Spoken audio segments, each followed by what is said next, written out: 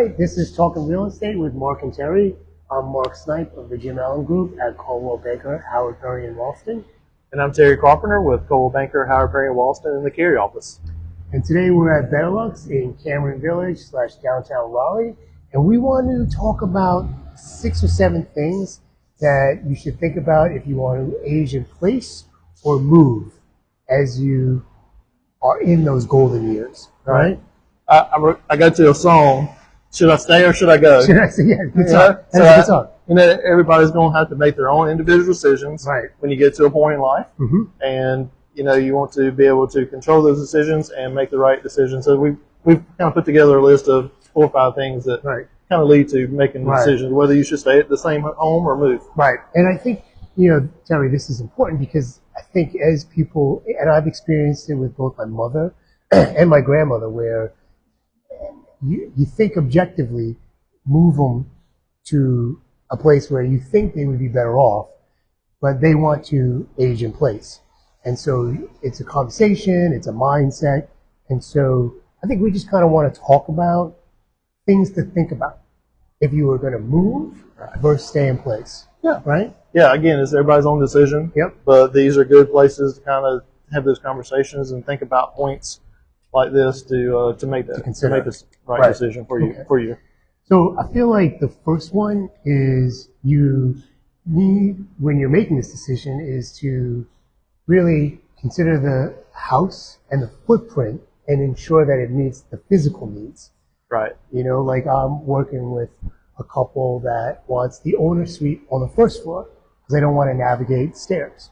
And that's important because sometimes as you get older, the knees go out, the hips, and so you want to be able to enjoy your home, but maybe you can't go up and down a flight of stairs. Right. And so to me, that's something that you want to consider if you're going to make a move.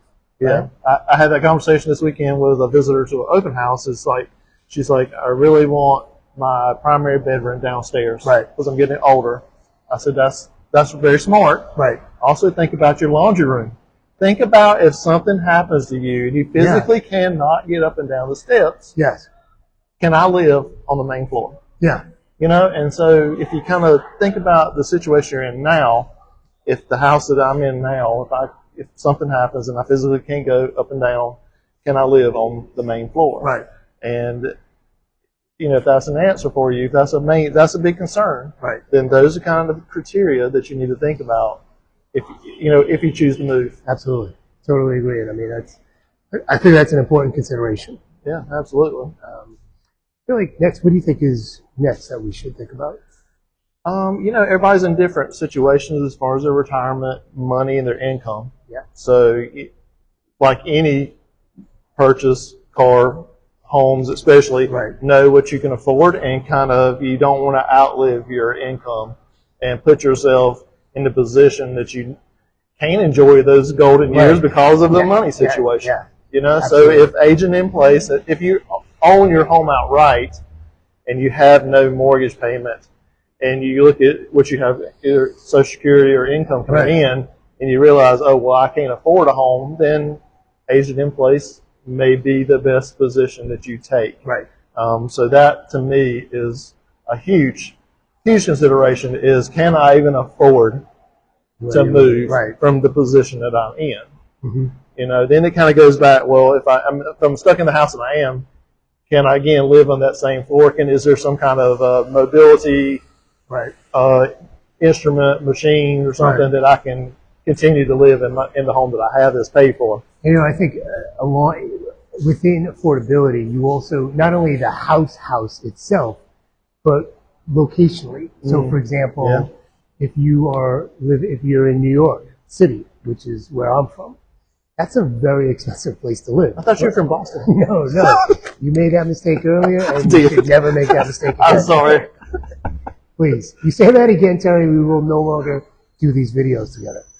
I get the message clearly. Right. Thank you.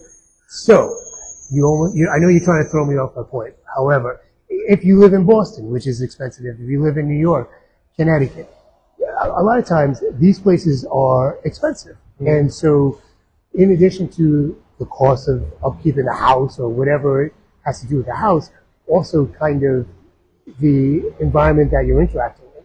That could be expensive. And so that's also a consideration. Yeah. And it's why you have a lot of Yankees, like myself, moving down here, because not only is the weather good, but it's more affordable compared to where I come from. Yeah, and from being from here, Yes. I don't think of it that way. I think of it as being expensive now, but to you guys, and I do hear that a lot, it's still affordable. Right. Does it make sense, like you said, to move from a more expensive city to a more affordable area? Right. Yeah. It's a consideration. Yeah, absolutely. So I think, Terry, another thing, if you are contemplating moving versus aging in place, is proximity to healthcare.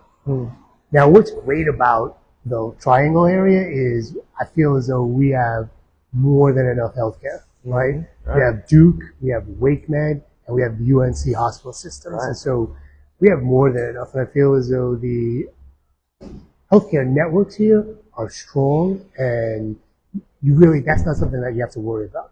But it's a consideration if you're going to move to someplace else, right? And anywhere. It's if you are in need of healthcare facilities, how close is wherever that you want to move to them?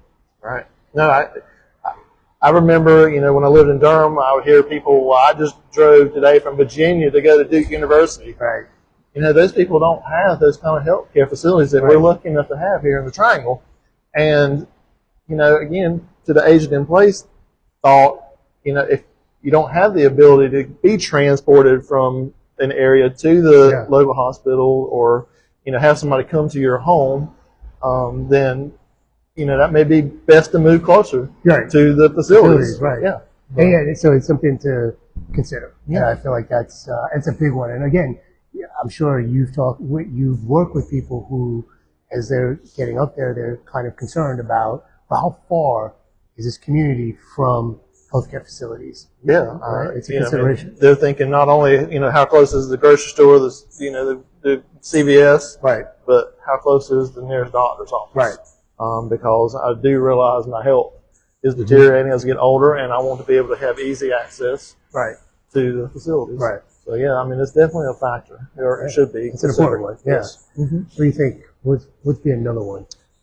Let's see. I think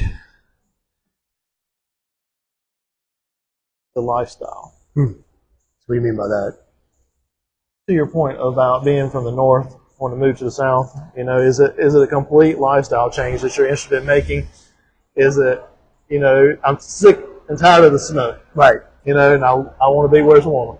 Do I want to be somewhere I can play golf? Right. 9 or 10 months out of the year. Or fish. Right. Or, so I think of, and maybe there's people that want to move back to the colder climates. You know what I'm saying? So, I don't know. I'm just making that up. Who are those people?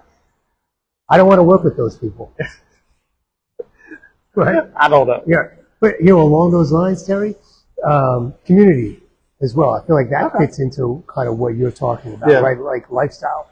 And some concerns that society at large has is as people get older, sometimes they become more hermetic or they become recluses. Yeah. And so it's important to have a community to interact with people. And some of the communities that we have down here cater to that, right? And they have the clubhouse, the pool. They're almost resort style living. Yes.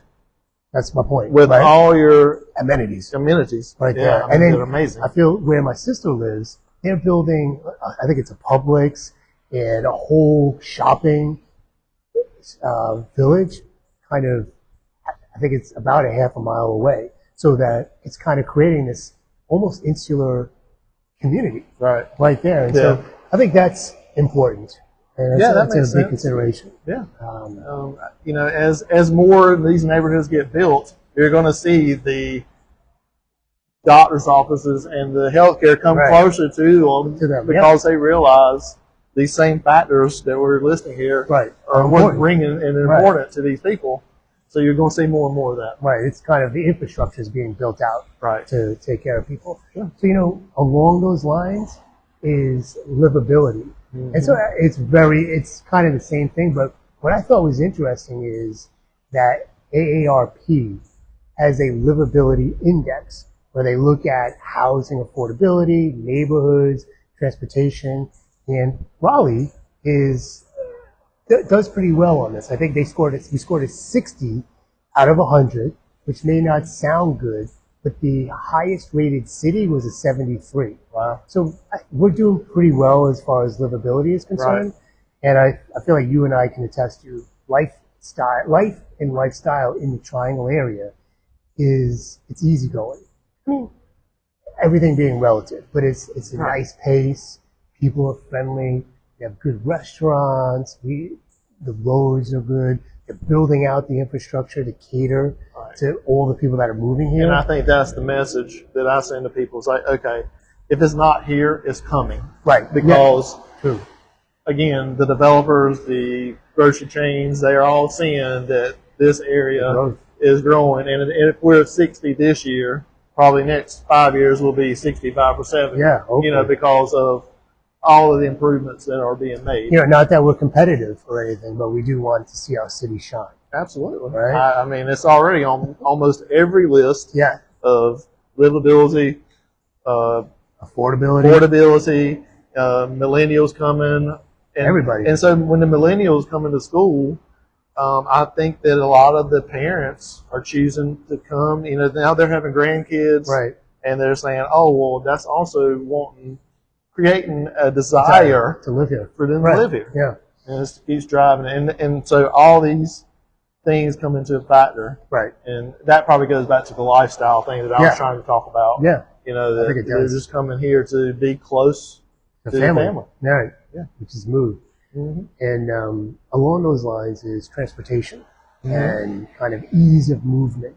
Now, I will say, compared to, say, New York or some other places I've lived which have or had a more robust public transportation network, I feel as though here you really have to drive. Yes. Right? It's a car culture here. It is and so maybe we don't score as highly, but thinking about transportation is important. And right, but as you're aging in place or moving to age in a certain area, again, I feel like those services now come to you. So even if you're inability or not physically able to drive, we have services that will come pick you up and take you to the facility, to the doctor, to the dentist. And that is something that the governments here, the towns, have really taken the precedent to make sure that people do have transportation in this kind of case. Right. And so we were just talking about how they're building these communities which are walkable and more livable, and that kind of factors in the transportation perspective. So you could walk to the supermarket because they're building out these communities such that they're a little bit insular, but not in a negative way, but that everything is there.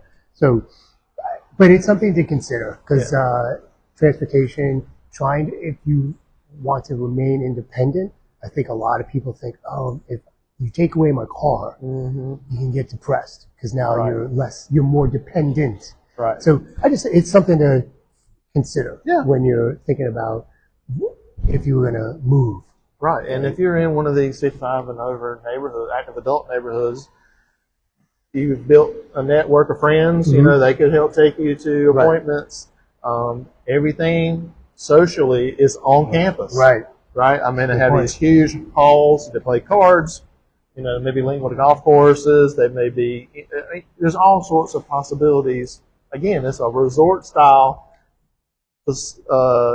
neighborhood that 25, 30 years ago they only existed in, say, Florida or Las Vegas, maybe California. Now they've incorporated those same ideas and same neighborhood features. And I think we have about 50 going right now in just, 5 or 6 counties around here. So, but I think that's a great list of, things to think about. Whether you want to age in place or make a move, these are some of the factors that you should think about. I agree. So hopefully you found that helpful. Again, I'm Mark Snipe from the Jim Allen Group at Coldwell Banker, Howard Perry, and Walston. And I'm Terry Carpenter with Coldwell Banker, Howard Perry, Walston, and Cary. And this was Talking Real Estate with Mark and Terry. Until next time. Thank you. We'll see you next time.